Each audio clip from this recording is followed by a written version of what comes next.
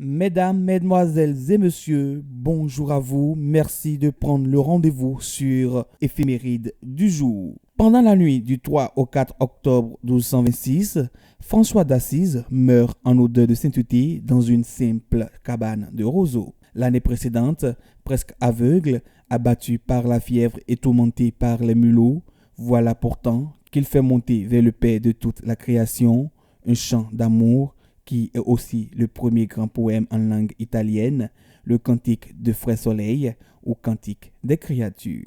Soucieux de se concilier les bonnes grâces de l'occupant, le gouvernement de Vichy, dirigé par le maréchal Pétain, promulgue dès le 3 octobre 1940 un premier statut des Juifs. Il exclut les Français identifiés comme Juifs de la plupart des fonctions publiques et de nombreuses autres professions. Le 3 octobre 1990, la République démocratique allemande a été officiellement absorbée par la République fédérale d'Allemagne. Loin d'être un aboutissement, cette réunification s'avère être le début d'un long chemin semé d'embûches. L'anniversaire de ce jour est depuis lors fête nationale en Allemagne.